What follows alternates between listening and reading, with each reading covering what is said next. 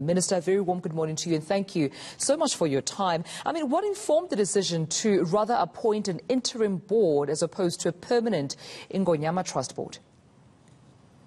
The term of office of the board had come to an end as at the 31st of July. And unfortunately, because of the challenges in respect of how this board gets appointed, it wouldn't have been able to have a permanent board by that time. So in consultation, which is what the law requires, in consultation with the king of the Zulus, as well as the premier of the province and the chair of the House of the Traditional Leaders, we all agreed that we needed to have an interim board to make sure that the audit process actually gets completed and allows us time to actually appoint a new board. And you mentioned the process, and it sounds like it's quite a lengthy one, or at least a thorough one. Yes. How long does it usually take, Minister, and why wasn't, the ministry and as well as other stakeholders prepared in time for that process?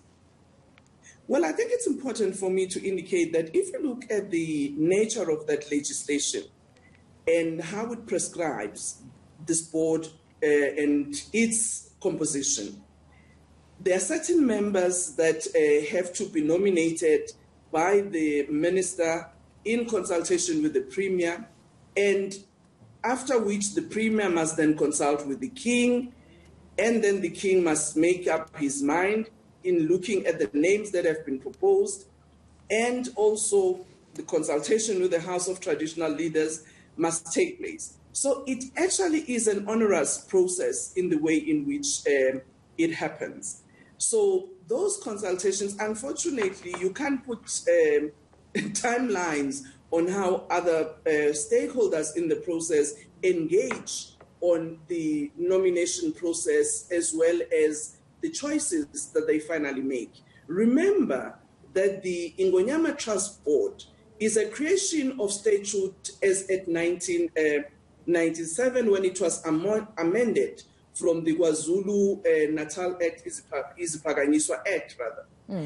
And the board, its task is to assist the trustee, who is the king in this instance, in the management of the land that is under Ingonyama Trust.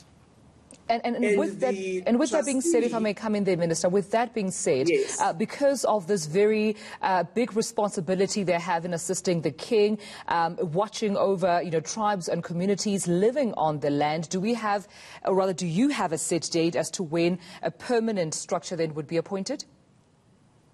My view is we would need to have that before the end of the year, as soon as is possible, really, because you have had in the past few months the concerns that have been raised, not just by the citizens on the Ingonyama Trust land, not just by the various stakeholders who are concerned, but also Parliament itself and myself as a minister, which is why we've had about 2 meetings, one of which was a workshop to really have an appreciation on the governance matters in how the board actually undertakes its task in consultation with the communities that are affected. Right. On a slightly different yet related matter, Minister, the farm killings that are occurring in the country surely are a big concern for the ministry.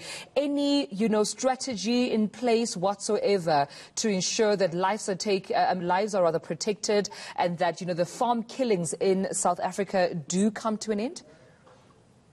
Let me say that the issue of farm killings as well as rural safety in general is of concern to the Ministry of Agriculture and government as a whole. I'm sure you might have heard this morning that Minister of Police is actually going to visit one of the families that have been impacted upon by this violence. But there has also been statements coming from government as high as the President and the Deputy President. We do have a rural safety strategy, but what we need to examine is what more do we need to do to make sure that the implementation of that strategy actually gives us the safety and security that we need on our farms and in our rural areas. I must say that in a number of instances, what we've seen is the swift action by the police to actually arrest the perpetrators of such heinous crimes. And that is actually assuring, but what we would want is actually avoiding even having people killed, assaulted, and attacked in that farm. Either they are farmers or even farm workers. So it is important that we actually strengthen the way in which we attend to this problem as government, working with the farmers and farm workers and the rural communities. That's where we leave it. Thank you so much for joining us this morning. That's Minister Thoko Didiza.